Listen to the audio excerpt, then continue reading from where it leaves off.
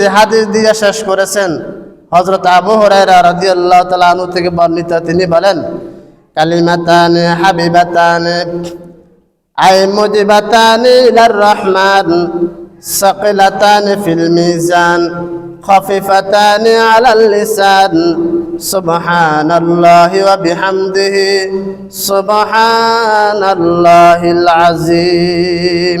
এই হাদিস দিয়া ইমাম বুখারী রহমাতুল্লাহ আলাইহি বুখারী শরীফ খতম করেছেন, শেষ দিয়েছেন। এটা হলো বুখারী শরীফের সর্বশেষ হাদিস। সেখানে কি বলেন?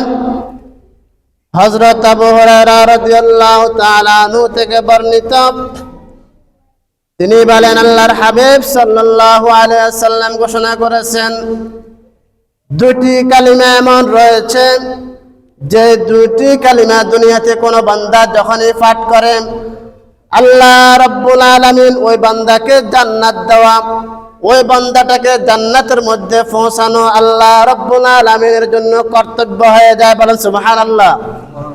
সাকিলাতানি ফিল মিজান খাফিফাতানি আলান লিসান।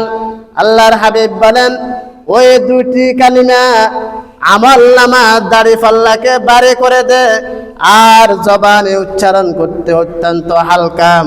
সুবহানাল্লাহি ওয়া বিহামদিহি সুবহানাল্লাহিল আযীম। জবান এটা উচ্চারণ করতে কি কষ্ট হয়? এজন্য বলেন খুফিফাতানি আলাল লিসান, এটা জবান থেকে উচ্চারণ করতে একেবারে সহজ। এজন্য যে উম্মত এই তাসবিহটাকে নিজের জিকিরের পরিণত করে নেবে, ওজিফায় পরিণত করে নেবে, নিয়মিত পাঠ করবে, তো মুজিবাতান ইলার রহমান, মুজিবাতান ইলার রহমান মানে আল্লাহর উপর কর্তব্য হয়ে যায়, আল্লাহর উপর কর্তব্য হয়ে যায় ওই বান্দাকে জান্নাত দেওয়া। বলেন সুবহানাল্লাহ। এই দুইটা কালিমা পাঠ করলে মিজান যে আছে আমল নামা যে মাপ দিবেন ওই দাড়ি পাল্লার ভিতরে সুবহানাল্লাহিল আযীম ওয়া বিহামদিহি